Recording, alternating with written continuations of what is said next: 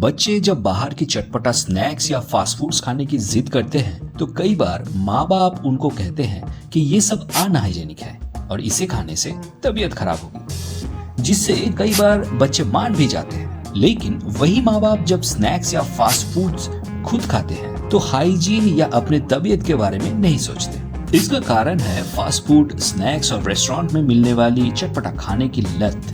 और कभी कभार तो ये लत इतनी बढ़ जाती है कि इंसान जानबूझकर ऐसी चीजें खाता है जो समझ से परे है। आज के वीडियो में मैं दुनिया की कुछ ऐसी दिमाग चकरा देने वाली खाने के बारे में बात करूंगा जिसको बनाने के तरीके अजीबोगरीब है और देखने सुनने में घिन आती है, लेकिन वही सब खाना बहुत सारे लोग पागलों की तरह खाते हैं और पसंद भी करते हैं। तो अंत तक बने रहिए क्योंकि वीडियो इंटरेस्टिंग होने वाली है।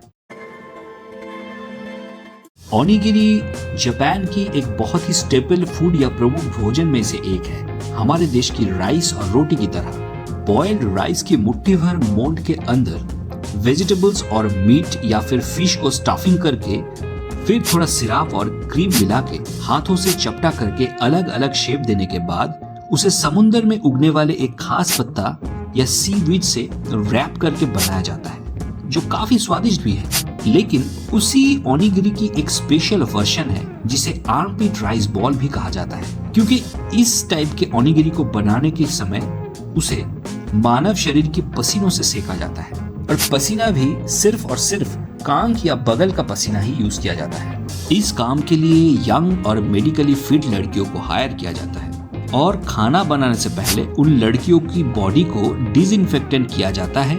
फिर उनसे एक्सरसाइज भी करवाया जाता है जिससे उनको पसीना आए। फिर उनकी आर्मपीट या कांख की पसीनों के अंदर रख के उस ओनिगिरी राइस की मोंड को रोल करवाया जाता है और इससे वो राइस की मोंड पसीनों से लथपथ होती है और फिर उस पसीने भरी ओनिगिरी राइस को साधारण ओनिगिरी राइस से लगभग 10 गुना ज्यादा दाम में बेचा जाता है। और उसको खाने वाले कोई साधारण इंसान नहीं बल्कि खास पैसे वाले लोग होते हैं और उनके बीच इसको खाने की डिमांड भी बहुत ज्यादा होती है। चाइना की एक बहुत ही स्पेशल ट्रेडिशनल डिश है जिसका नाम है वर्जिन बॉय एग। चाइना की डोंगयांग इलाके की ये खास डिश है जिसको बनाने के लिए 10 साल की नीचे की उम्र के बच्चों का यूरिन यूज होता है। मुर्गी की अंडों को पहले उस यूरिन में अच्छे से बॉईल किया जाता है और फिर उसका छिलका उतारने के बाद उस बॉइल्ड एग को फिर से यूरिन में पकाया जाता है।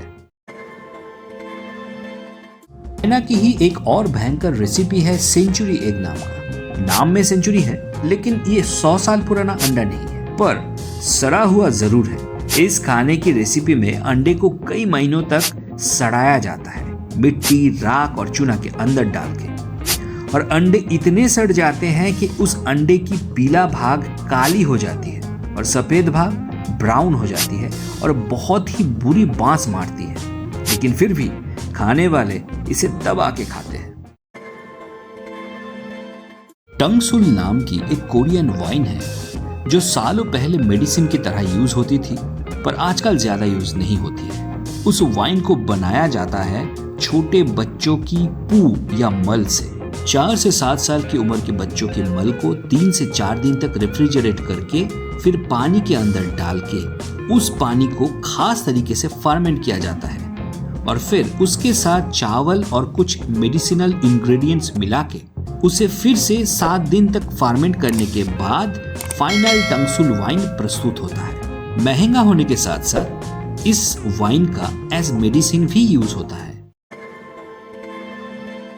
जापान की एक तरह का बिस्किट है जिसे वास्प क्रैकर्स बोला जाता है। इस बिस्किट में जिंदा मधुमक्खियों को ठूस दिया जाता है और फिर उसे प्रिजर्व किया जाता है। बाद में मधुमक्खियां मर जाती है उसी बिस्किट के अंदर और फिर उस बिस्किट को मधुमक्खी समेत खाया जाता है। ये तो बस कुछ नमूने हैं, पूरी दुनिया में ऐसे अजीबोगरीब खाने का संभार भरा पड़ा हुआ है और लोग उन सारे फूड्स को दबा दबा के खाते हैं। लेकिन सिर्फ एक वीडियो में उतने सारे खान पान के बारे में कवर करना नामुमकिन है, इसीलिए आज की वीडियो यहीं पे खत्म होती है। आपकी इस बारे में क्या राय है कमेंट में जरूर बताइए और वीडियो अच्छी लगी तो इसे लाइक, शेयर और चैनल को सब्सक्राइब जरूर कीजिए।